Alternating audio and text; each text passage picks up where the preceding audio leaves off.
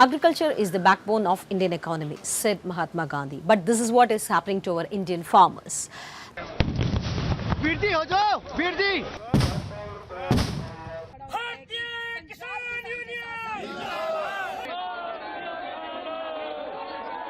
They are protesting, they are striking, they are threatened. For what?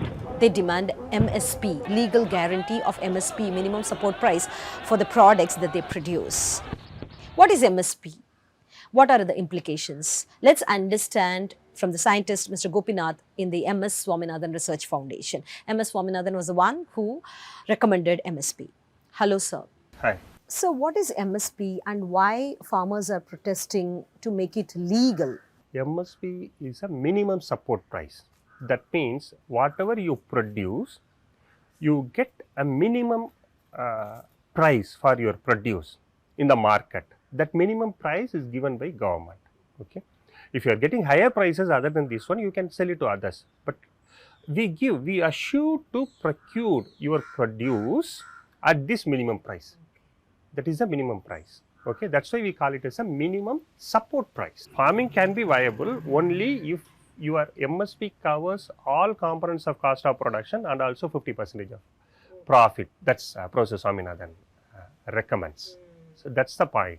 I want to understand why farmers from states like Haryana and Punjab are into this protest. Why farmers from other parts of India are not part of this protest. Probably they are not so visible like farmers from Punjab and Haryana. These two state farmers are totally depending on market for their produce, particularly this rice, because whatever paddy they produce for the market, not for their own self-consumption. That food pattern is totally depending on wheat. And if you see 1960s, early 1960s or before 1960s, all those areas that these farmers are cultivating paddy now, these areas were under core cereals and some kind of oil seeds. But to ensure food security of the nation, we promoted paddy cultivation in that area in Kharif season. Rabi, it's automatically wheat crop. So, though the paddy is not in their food system, they cultivated paddy to supply FCI. Number two, the FCI total, if you take the FCI's total this procurement, these two states and part of Uttar Pradesh, they constitute a major portion. So, for an example, if you take the recent food grain bulletin, the January 2024, the total food grain procurement of the country for this Kharif monsoon season, KMS, is something around 399 lakh million tons. Out of these 399 lakh million tons, 200 lakh million tons were procured from these three states.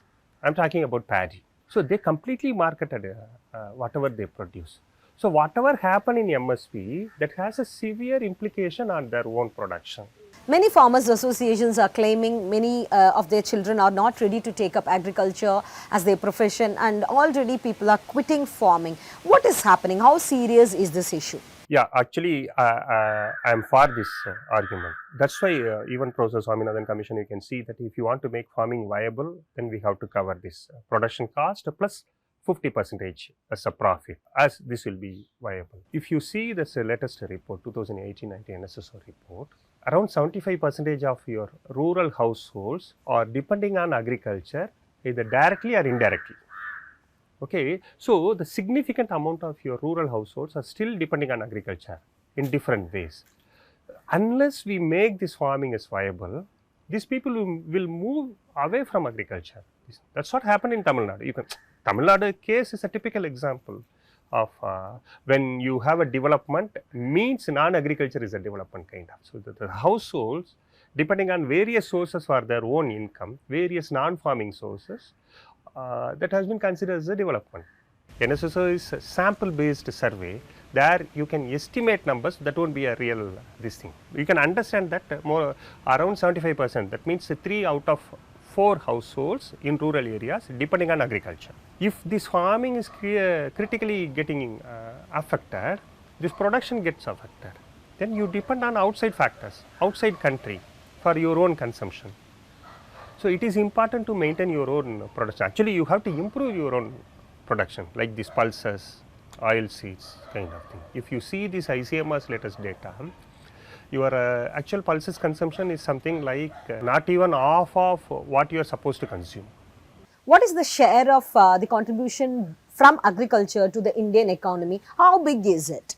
Is it growing? You are always seeing agriculture is the area where existing to receive only welfare schemes, the fertilizer subsidies and irrigation subsidies. But if you give same kind of thing to industry, you term this as an incentives. But we should change our view. Agriculture is also a sector where you can promote more employment. You can bring more science and technological developments in the sector. Agriculture contribution to national GDP, gross domestic production, is around 15%. It was 35% in 1990. So the share of agriculture showed a steady decline over the period. It's not because of the underperformance of this agriculture alone. It's because of the increasing share of industries and the services sector. If you promote agriculture, it will result inclusive development. So promotion of agriculture, number one, ensures food security, ensures nutrition security, provides huge employment, retain your own edge. Traditionally, you are having edge by having a largest terrain area in the world. Extensive, unbiased, thorough. The Federal Pudhiya Thalaimurai Apt Nationwide 2024 Pre-Poll Survey gives you the pulse of the nation. 7 p.m. on the Federal's YouTube channel.